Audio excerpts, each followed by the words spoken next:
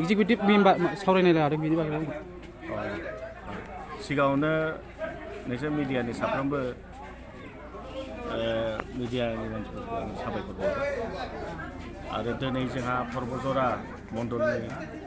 executive meeting बाहाय जों सांगठनिक रायलायलायनाय जायो परबर्ती खालाव जों बोरै संगठनखौ दैदेनलांनो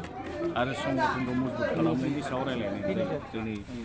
एक बोसोराव जा मावदों बिनि सायाव आलोचना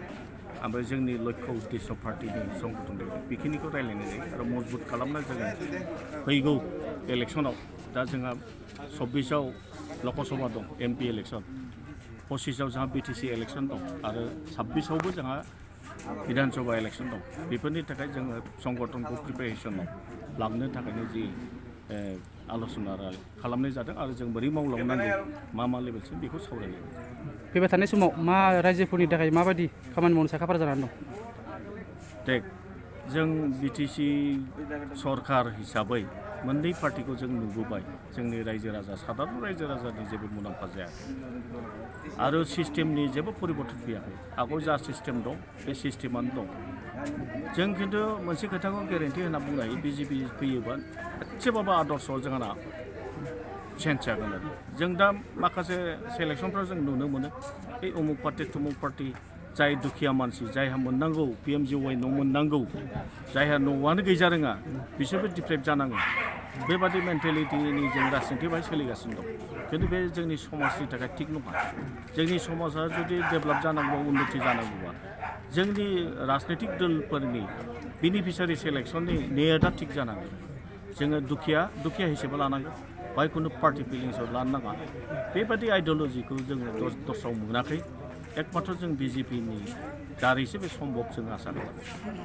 नैबे परर बतझरआ मोनसे गोग्लैसोनाय जायगा बिनि बागै नोंथांमोननि पार्टिया बाव देरहायोबा माबाफोर मावनो थाखाय थिरांथा लागोन निश्चय रिसेन्टलि दा रेलवे डिपार्टमेन्टनिफ्राय माने वर्ल्ड क्लास रेलवे स्टेशननि थाखाय गौरिपुरखौ लानाय जादों रुपसिबोथ' लाखाबायानो रुपसि एयारपर्टआबो बाहायनो जाबाय आरो नै दाख्लैसो एजुकेशन डिपार्टमेन्टनिफ्राय मोनसे हस्टेलनि थाखाय 1 करोड़ टाका होदों जोंहा बहुत माने परिकल्पना दङ जे बेबादि जोङो कुनु ओनसोलखौ गोग्लैसोनानै दोननायनि जोंहा लक्ष्य गैया बेफोरखौबो जों बोरै उद्धार खालामो बिनि थाखाय आरो एइबारनि बाजेटआव जोङो एकलव्य एकटा मोनसे माने बोर्डिं स्कुल बेबादि प्रटेक्टर सब डिविजनाव मोनफ्रोमबो बोर्डिं स्कुल जागोन जेखिनिखि नवोदय प्रटेक्टर सब डिविजनाव मोनफ्रोमबो बोर्डिं स्कुल जागोन जेखिनिखि नवोदय निसिना नवोदयाव जेरखम दुखिया गथ'फ्रा एसे क्वालिफाइड माने मोजां शिक्षाफ्राव मोजां मानसिफ्रा बिना फैसायै फरायनो मोनो बे एकलव्य विद्यालयावबो बिना फैसायै मोनगोन आरो बोर्डिं स्कुल जागोन बाहाय मोजां क्लसिं मोनगोन बेफोरबादिखौबो जों बाहाय परिकल्पना खालामगासिनो